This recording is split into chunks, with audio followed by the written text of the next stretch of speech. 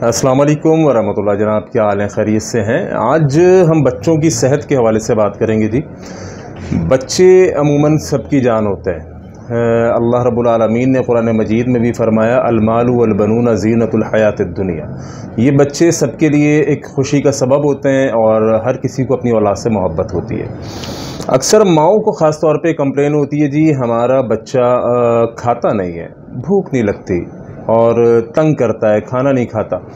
तो सबसे पहली बात इसके अंदर ये समझ लीजिए, ये याद रख लीजिए कि अगर आपके बच्चे को भूख नहीं लगती तो क्या वो कुछ और तो नहीं खा रहा। मिसाल के तौर पर पापड़ हैं और टॉफ़ी है और चॉकलेट्स हैं, क्योंकि जब वो ये सब कुछ खा लेता है तो असल चीज़ जो आप चाहती हैं उसको खिलाना, ताकतवर ग़िज़ा, उससे वो महरूम हो जाता है। तो अपने बच्चों की सेहत के लिए सबसे पहले तो आप इन चीज़ों को बिल्कुल बंद कर दीजिए। बाहर की चीज़ें सिवाय नुकसान के, तबाही के कुछ भी नहीं। दूसरे नंबर के ऊपर बाज़ बच्चों को भूख नहीं लगती, वो आर्जी तौर पर बीमार होते हैं। यानी मिसाल के तौर पर अगर एक बच्चा बुखार के अंदर है, टाइफाइड मलेरिया के अंदर है और उसको भूख नहीं लग रही है, जानवर है ये। अगर आप भी बुखार के अंदर होंगे, आपकी भी तबीयत ख़राब होगी, आप भी जो है वो बीमारी को फेस कर रहे होंगे, तो आपकी भी भूख ऑटोमेटिकली ख़त्म हो जाती है। अच्छा, अब एक मसला, बच्चा फिट है, बिल्कुल ठीक ठाक तंदुरुस्त है, लेकिन भूख नहीं लग रही। इसके ऊपर हम बात कर लेते हैं कि ये बीमारी है, ये बीमारी है और ये बीमारी किसी बीमारी की वजह से अमूमन होती है। जिगर की अमूमन ख़राबियाँ होती हैं, मैदे का निज़ाम ख़राब होना होता है और इसके साथ एक और बात मैं आपको बताऊं, अमूमन बच्चों को नज़र बद भी लगी होती है। तो नज़र बद अगर बच्चे को लगी हुई है तब भी उसकी भूख मर चुकी होगी। यानी चूँकि मेरा इलाज आपको मालूम है जो है वो रूहानी और तिब दोनों चीज़ों को मैं साथ लेके चलता हूँ, किसी भी एक चीज़ को नज़रअंदाज नहीं करता। और इसी तरह से हिजामा, बच्चे को अगर नज़र बद लगी हुई है तब भी उसकी भूख इस सूरत में मर जाएगी। लिहाजा आप इसके लिए एक तो बच्चे के ऊपर कुरानी आयात को पढ़ के दम करें और दूसरा माँ बाप अपने गुस्ल का बचा हुआ पानी उससे बच्चे के ऊपर डालें, इससे भी इंशाल्लाह नज़र दूर हो जाती है हदीस की रूह से। दूसरी चीज़, बीमारी बच्चे को ऐसी लाहक है जिसके अंदर उसकी भूख मर चुकी है, तो उसके लिए क्या किया जाए? उसके लिए एक बड़ा आसान सा और देसी सा नुस्खा मैं आपको बता देता हूँ, लेकिन उससे पहले ये याद रखिएगा नुस्खा बता देने से पहले, और नुस्खा ऐसा होगा कि इंशाल्लाह आपके बच्चे की भूख खुल जाएगी, अल्लाह ने चाहा तो बिल्कुल वो उसकी खुराक डबल हो जाएगी। लेकिन उसकी फ़िज़िकली एक्टिविटीज़ जो हैं उसके ऊपर भी थोड़ी तवज्जो दें। यानी बच्चा दिन भर मोबाइल में लगा हुआ है, टैबलेट में लगा हुआ है, कंप्यूटर में लगा हुआ है, ये तमाम भी वो चीज़ें हैं कि जिसकी वजह से बच्चे की भूख मर जाती है।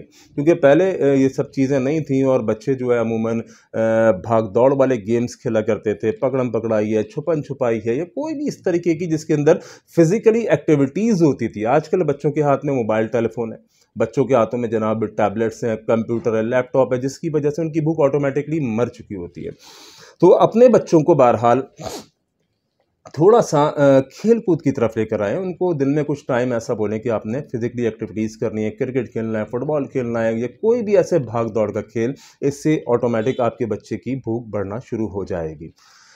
दूसरी चीज़, जो देसी नुस्खा है वो मैं आपके पेश खिदमत कर देता हूँ। 50 ग्राम पुदीना ले लीजिए, अगर ये देसी मिल जाता है तो बहुत अच्छी बात है।